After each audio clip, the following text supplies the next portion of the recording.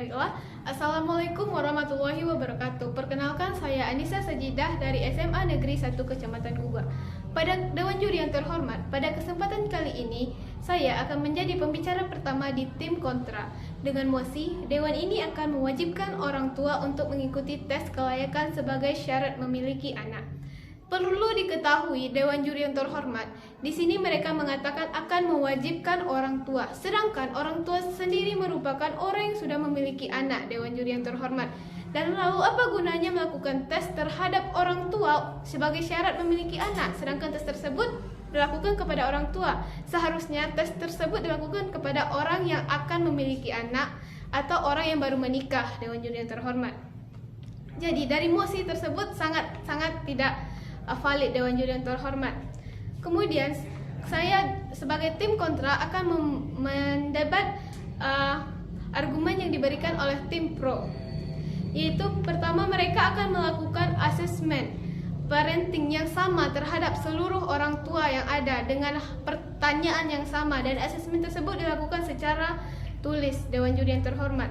Sedangkan tidak semua anak dapat diasuh secara dengan pola yang sama, Dewan Juri yang terhormat. Contohnya saja dalam satu keluarga, adik dan kakak saja pasti berbeda pola asuhnya, Dewan Juri yang terhormat. Misalnya saja sang adik diperlakukan pola asuhnya lemah lembut karena mental yang memang terbangun dalam diri sang adik lemah, dan sang kakak dengan mental yang keras, maka pola asuhnya juga keras, Dewan Juri yang terhormat.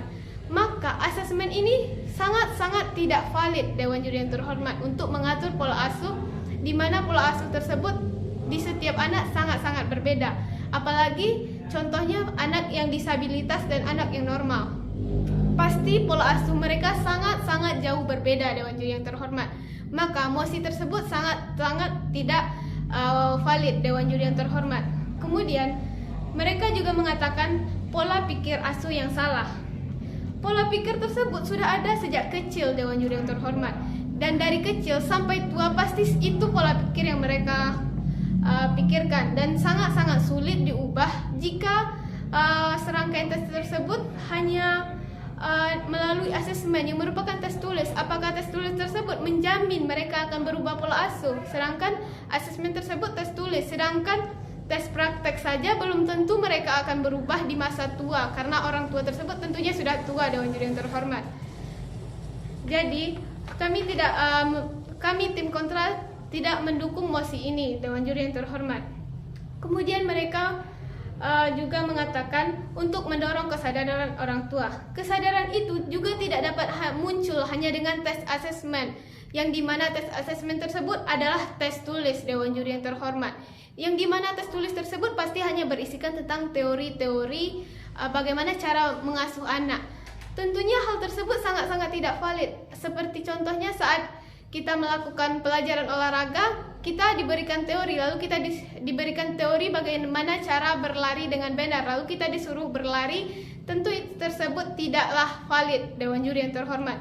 Jadi tes tersebut tidaklah benar, Dewan Juri yang terhormat. Baiklah, masuk ke argumen saya. Yang pertama yaitu tentang asesmen. Asesmen pastinya membutuhkan biaya yang sangat besar untuk mencakupi seluruh wilayah Indonesia, Dewan Juri yang terhormat. Hampir setiap hari ada sepasang orang yang menikah di seluruh Indonesia, Dewan Juri yang terhormat.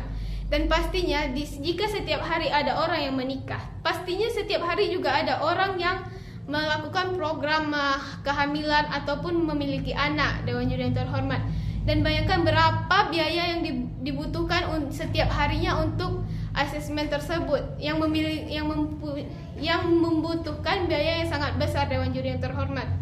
Sedangkan di bidang lain seperti pendidikan masih sangat kurang soal biaya. Kenapa tidak kita salurkan ke pendidikan, sedangkan di masa depan yang akan menghasilkan keturunan tersebut adalah anak yang ada pada saat masa sekarang yang sedang melakukan pendidikan, Dewan Juri yang terhormat. Jika kita melakukan pendidikan tentang pola asuh dan arahan sejak mereka dalam pendidikan, maka tentunya lebih hemat biaya, Dewan Juri yang terhormat, dan juga pastinya lebih ditanggap atau dipahami oleh generasi yang sedang dalam masa pendidikan daripada orang yang sudah tua, Dewan Juri yang terhormat. Jadi kami tim kontra sangat tidak setuju dengan mosi kali ini yang mewajibkan orang tua untuk mengikuti tes kelayakan sebagai syarat memiliki anak.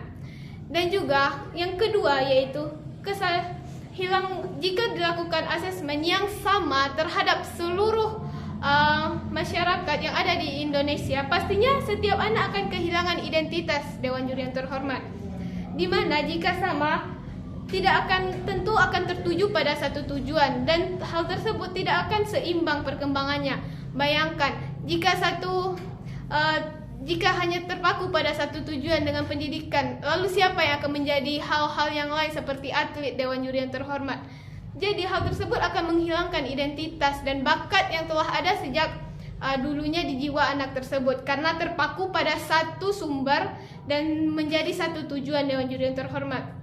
Sedangkan Indonesia ini termasuk kepada negara yang menjemuk atau beragam dan tidak dapat disamaratakan, Dewan Juri yang terhormat.